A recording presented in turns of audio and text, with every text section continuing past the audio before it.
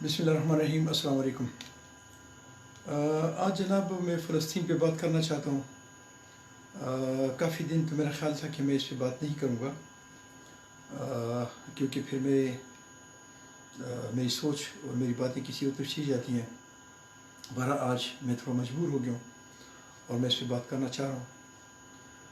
Number ایک بات تو یہ ہے کہ میں کہتا ہوں کہ کاش اسرائیل کی ایمبیسی ہمارے پاکستان میں ہوتی اور ہم سارے مسلمان اکٹھے ہو کے اور یہاں پہ رکشے اور گاڑیاں اور موٹر سائیکلیں جلاتے، روڈوں کو بلاک کرتے، لوگوں کے اثاثوں کو آگ لگاتے، لوگوں کو مارتے پیٹتے، ان کو زخمی کرتے. ان کو پتہ تو کہ ہم احتجاج کر رہے ہیں، لیکن شاید ان کی بدقسمتی ہے کہ ہمارے پاس یہاں ان کی کوئی ایمبیسی نہیں ہے اور ہم اپنا احتجاج ریکارڈ کرنے کے لیے ایسا کرنے میں ناکام ہوئے. دوسری بات یہ ہے کہ اکثر اس طرح کی جو چیزیں ہیں اس میں ہم اس چیز کا شکار ہو جاتے ہیں کہ سنی، شیعہ، دیوبندی، اہل حدیث وغیرہ وغیرہ. تو میرا سوال یہ ہے کہ کیا جب کوئی غیر مسلم ہم پہ اٹیک کرتے ہیں تو وہ یہ پوچھتے ہیں کہ آپ میں سے سنی کون ہے، آپ میں دیوبندی کون ہے، آپ میں بریلوی کون ہے، آپ میں شیعہ کون ہے، ان کو علیحدہ علیحدہ کر کے مارتے ہیں، یا وہ کہتے ہیں کہ کرش دی مسلمس اور تمام مسلمانوں پہ اٹیک کرتے ہیں. تو پھر کیا وجہ ہے کہ ہم ہر چیز میں سنی، شیعہ، دیوبندی، اہل حدیث اور فلاں فلاں فلاں فلاں کرتے ہیں. تیسری بات کہ ہمارے تمام لیڈرز جو ہیں وہ اس کو بہترین اپنا وہ سمجھتے ہیں، اثاثہ سمجھتے ہیں کہ وہ جائیں اور خانہ کعبے کا دروازہ ان کے لیے کھولا جائے، وہاں پہ وہ بیٹھ کے نوافل پڑھیں، وہاں پہ وہ جا کے دعائیں کریں، وہاں پہ جا کے وہ قرآن پاک کی تلاوت کریں. پھر ان کی تصاویر آتی ہیں، ان کے لیڈرز وہ تقسیم کرتے ہیں، پھر ان کے لیڈرز ان کے فالورز جو ہیں وہ اس تصویروں کو لگاتے ہیں، پھر اس پہ کمنٹس آتے ہیں، کوئی کیا کہتے ہیں، کوئی کیا کہتے ہیں، کوئی کیا کہتے ہیں. میں کہتا ہوں تم لوگوں میں نر کا بچہ وہ ہوگا جو بیت المقدس کا دروازہ کھلوائے. کیا آپ میں کوئی ایسی کوئی بندہ ہے؟ اور آخری بات میری یہ ہے کہ پورے پاکستان میں اور اسپیشلی اٹک میں آج تک اس سلسلے میں کوئی احتجاج ہوا؟ اور آخری بات جو ہے وہ یہ ہے کہ ہمارے وہ لوگ جو عاشق رسول ہونے کے دعوے کرتے ہیں، وہ میں ہوں یا آپ ہیں یا کوئی بھی ہے، میں کسی ایک پارٹی کا نام نہیں لیتا، کیا بیت المقدس جو ہے وہ ہمارے لیے مقدس نہیں ہے کہ اس پہ کوئی بات کی جائے؟ کیا وہ اتنا مقدس نہیں ہے کہ اس پہ کوئی احتجاج ریکارڈ کیا جائے؟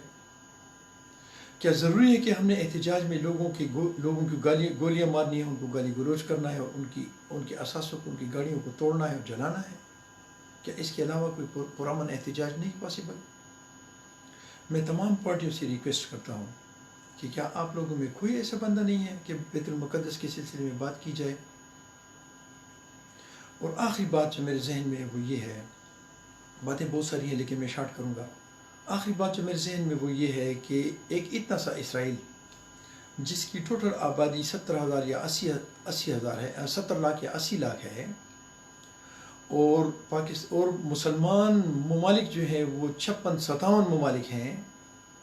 اور مزے کی بات یہ ہے کہ اسرائیل کے ارد گرد اس طرف بھی 4 ممالک مسلمان ہیں، اس طرف بھی 10 ممالک مسلمان ہیں، اس طرف بھی 4 ممالک مسلمان ہیں، اور اس کے فرنٹ سائڈ پہ بھی 20 ممالک جو ہیں مسلمان ہیں.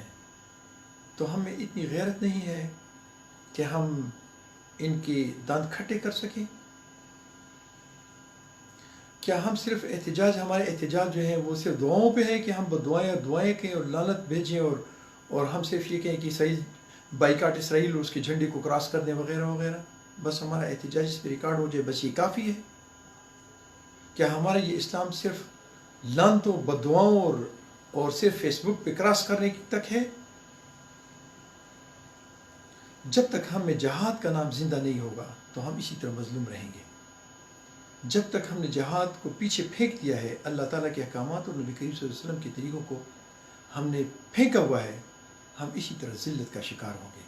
میں ریکویسٹ کرتا ہوں کہ مسلمانوں جاگو، اپنی غیرت کو جگاؤ، اپنے وہ جو آپ کے سوئے ہوئے ایمان ہوں ان کو جگائیں، تاکہ کل آپ اللہ کے سامنے سرخرو ہو کے جا سکیں.